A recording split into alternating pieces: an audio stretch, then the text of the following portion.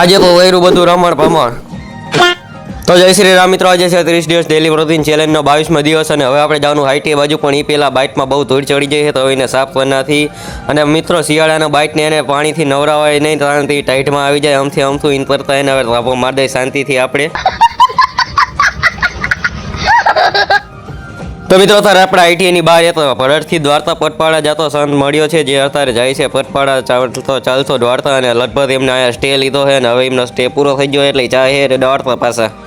તો અત્યારે આપણે આઈટીએમ અંદર પહોંચી જાય અને અંદર આવતા વેતા જ અહીંયા બધું આપણને અજીબ વસ્તુ જોવા મળી છે. એમ કે અહીંયા બધું આમ જોવો, તમારી લાઈફમાં તમે કોઈ દી આટલા બધા અઠવાડા નહીં જોયા હોય ને અહીંયા ખુરશીઓના તો નતરા ભાઈ જ છે. જોઈ લો આ બાજુ આમ જો લો, ઊંધી ઊંધી પડી છે બધું.